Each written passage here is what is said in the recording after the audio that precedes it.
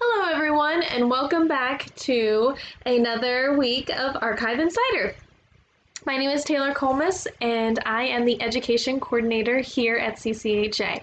Today, we are going to be talking about the history of the Boyce Post Office. So, the first post office was established in 1880 by Mr. Thomas H. Sprint, served as postmaster, and it was housed in the Sprint store, which is now a used furniture store in the town of Boyce.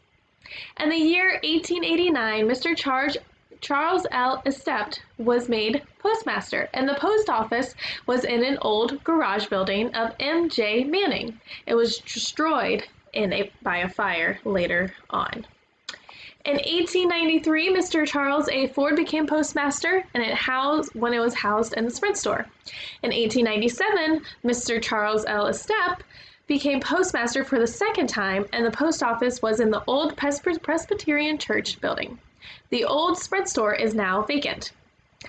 In 1913, C.E.S. Harris became postmaster, and he was housed in the old post office building. Sprint store later built a new post office.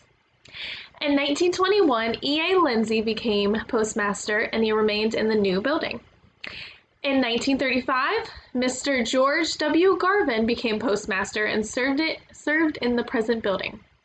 In 1936, Mr. Ben Harrison became postmaster and served in the present building until April 16, 1955, and was moved to the Norfolk and Western Depot and remained until his retirement on June 28, 1974.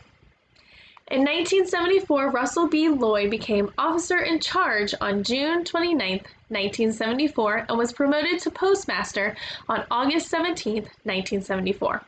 The post office was housed in the new N&W Depot, and he retired on October 12, 1981.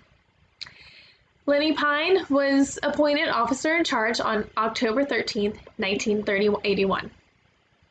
On February 4, 1982, Eva P. Kibler was appointed postmaster and took over on February 6, 1982.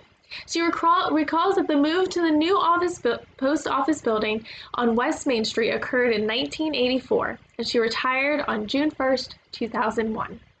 The town of Boyce got its name from Mr. Uriah Boyce, a financial wizard helping promote the building of the N&W from Roanoke north to meet with the B&O Canal at Shenandoah Junction, West Virginia.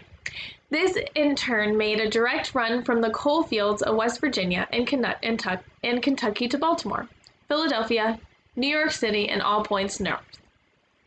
And to this day, the Norfolk and Western Railway is one of the very few self-sustaining railroads in this county. This is the history of the Boyce Post Office. If you have any questions or comments, or you have any more information on the Boyce Post Office, please let us know. And thank you for tuning in this week.